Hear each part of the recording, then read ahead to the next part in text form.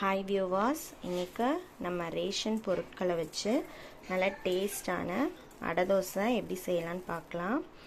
அதுக்கு நான் 1 tumbler ration பருப்பு எடுத்திருக்கேன். அதே டம்ளரில் 1/2 டம்ளர் புழுங்கல் அரிசியும் 1/2 டம்ளர் பச்சரிசியும் எடுத்து நல்லா 4-5 வாட்டி கழுவி நல்ல தண்ணி ஊற்றி ஊற வச்சுக்கோங்க. தண்ணி ஊற்றி ஊற வச்சாச்சு.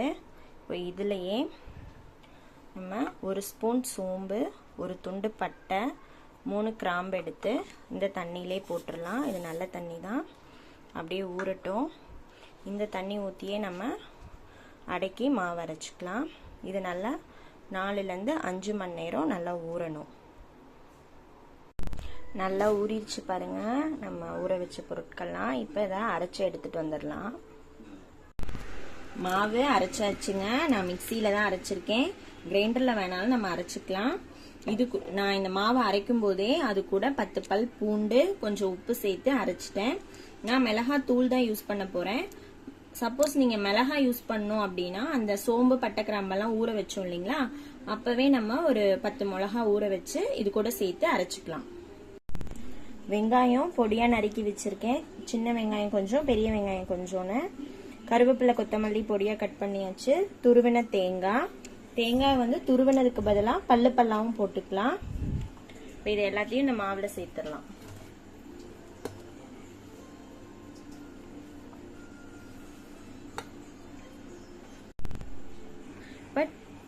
இப்போ நான் காரத்துக்கு 2 ஸ்பூன் மிளகாத்தூள் போடுறேன். உங்கள் காரத்துக்கு ஏற்ற மாதிரி போட்டுக்கோங்க. இது எல்லாத்தையும் நம்ம ஒன்று சேர்த்து கலக்கிக்கலாம். இதுலேயே நம்ம கொஞ்சம் மஞ்சத்தூளும் சேர்த்துக்கலாம். மாவு ரொம்ப நைஸாக அரைக்கக்கூடாதுங்க, கொரன்னு அரைச்சிக்கோங்க.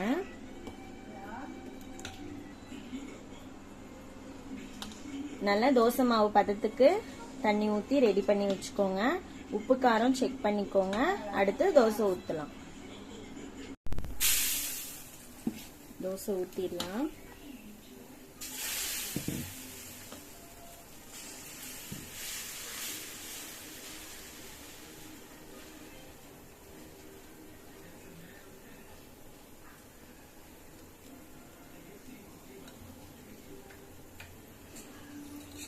அடை தோசைக்கு எப்பவுமே கொஞ்சம் எண்ணெய் அதிகமாக தாங்க ஊற்றணும். அப்பதான் நல்லா மொறுமொறுன்னு டேஸ்டா வரும்.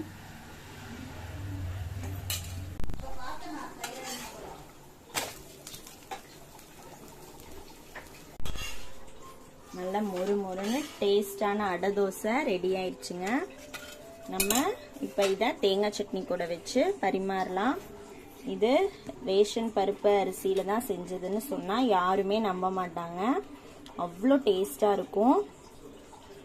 இதை வந்து நீங்கள் சக்கரை தொட்டும் சாப்பிடலாம். அடை தோசை ரெடி, வாங்க சாப்பிடலாம்.